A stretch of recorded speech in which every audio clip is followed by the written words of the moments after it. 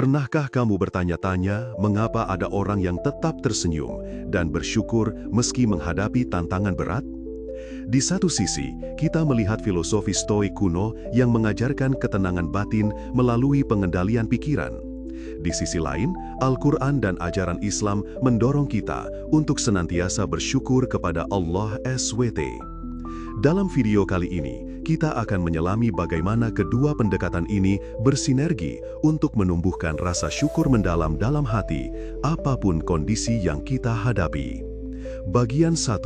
Makna syukur menurut Stoicisme. Stoicisme adalah filsafat yang berkembang di Yunani dan Romawi kuno yang mengajarkan bagaimana seseorang bisa hidup selaras dengan alam dan menemukan kedamaian batin terlepas dari situasi eksternal.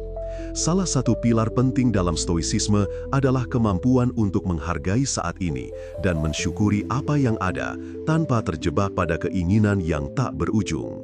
Seneca, salah satu filsuf Stoik paling berpengaruh, menulis, "True happiness is to enjoy the present without anxious dependence upon the future." Artinya, kebahagiaan sejati muncul ketika kita bisa menikmati saat ini tanpa cemas pada apa yang belum tentu terjadi. Ini adalah bentuk syukur yang mendalam, yakni menerima kenyataan dengan lapang dan bersyukur atas kebaikan yang sudah kita miliki. Stoik tidak menolak kenyataan pahit atau kesedihan, mereka justru memeluknya, melihatnya sebagai bagian alami dari kehidupan. Dengan latihan seperti premeditatio malorum, yakni membayangkan kemungkinan terburuk, Stoik membentuk ketangguhan mental. Jika yang terjadi lebih baik dari yang dibayangkan, mereka bersyukur. Jika yang terjadi sesuai atau lebih buruk, mereka sudah siap secara batin.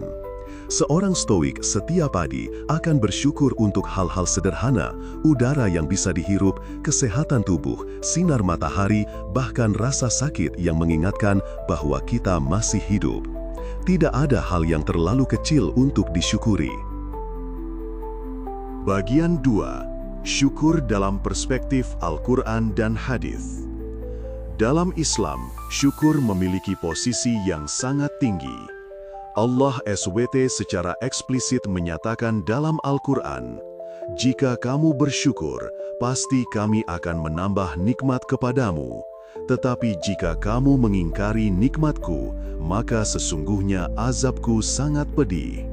Quran Surah Ibrahim ayat 7. Ayat ini menyiratkan hukum sebab akibat.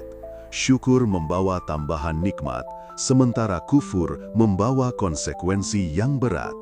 Syukur bukan hanya sekedar mengucapkan Alhamdulillah, melainkan mencakup 3 unsur: pengakuan dalam hati, ucapan lisan, dan perbuatan nyata.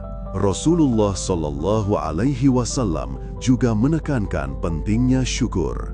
Dalam hadis yang diriwayatkan oleh Abu Daud, beliau bersabda, "Barang siapa yang tidak bersyukur kepada manusia, ia tidak bersyukur kepada Allah." Syukur dalam konteks Islam juga berarti menggunakan nikmat yang kita miliki untuk tujuan yang baik. Misalnya, bersyukur atas ilmu berarti menyebarkannya. Bersyukur atas harta berarti bersedekah. Bersyukur atas waktu berarti menggunakannya untuk ibadah dan kebaikan. Menariknya, Rasulullah Sallallahu Alaihi Wasallam adalah orang yang paling banyak bersyukur, padahal beliau adalah manusia terbaik yang dijamin surga. Dalam sebuah hadis, Aisyah RA bertanya kepada beliau mengapa beliau masih sering sholat malam hingga kakinya bengkak. Beliau menjawab, "Apakah aku tidak boleh menjadi hamba yang bersyukur?" Bagian 3. Menggabungkan syukur Stoik dan Islami. Meskipun datang dari latar belakang yang berbeda, ajaran Stoik dan Islam mengenai syukur memiliki titik temu yang sangat kuat. Keduanya mendorong manusia untuk tidak menjadi budak keinginan dan untuk hidup dengan penuh kesadaran. Dalam Stoik, terdapat latihan premeditatio malorum, membayangkan kemungkinan buruk agar kita bisa lebih menghargai hal baik. Dalam Islam, kita diajarkan untuk bertawakal dan ridho terhadap takdir Allah. Keduanya mengajarkan bahwa syukur muncul bukan hanya karena menerima hal baik, tetapi juga ketika kita bisa menerima hal yang tidak sesuai harapan dengan hati yang lapang. Mindfulness dalam stoicisme sejalan dengan zikir dalam Islam. Keduanya membantu kita hadir sepenuhnya dalam momen sekarang dan menyadari karunia yang ada di depan mata. Dalam stoicisme, refleksi harian sangat dianjurkan. Para filsuf seperti Marcus Aurelius menulis jurnal harian untuk meninjau kembali pikiran dan tindakan mereka. Dalam Islam, kita mengenal muhasabah, menilai kembali apa yang telah kita lakukan hari ini. Gabungan dari dua pendekatan ini menjadikan kita manusia yang tidak hanya sadar akan nikmat, tetapi juga bertanggung jawab untuk mengelola nikmat itu dengan baik. Bagian 4. Praktik harian syukur dalam kehidupan modern. Syukur bukanlah sesuatu yang hanya muncul secara alami, tapi bisa dilatih. Berikut adalah beberapa cara praktis untuk menggabungkan pendekatan stoik dan Islam dalam kehidupan sehari-hari. 1. Ritual pagi syukur.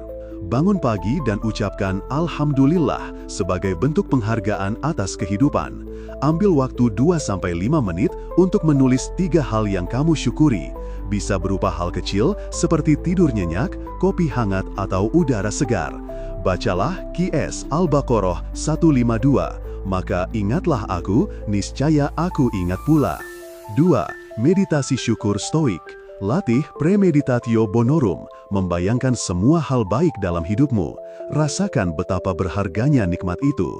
Ini melatih pikiran untuk tidak terbiasa mengabaikan kebaikan. 3. Zikir siang hari. Saat bekerja, belajar, atau dalam perjalanan, sempatkan waktu sejenak untuk mengucapkan Subhanallah, Alhamdulillah, atau Allahu Akbar. Ini membawa pikiranmu kembali pada nikmat yang kamu terima. Bagian 6. Refleksi dan penutup. Kita semua ingin hidup bahagia, tenang, dan bermakna.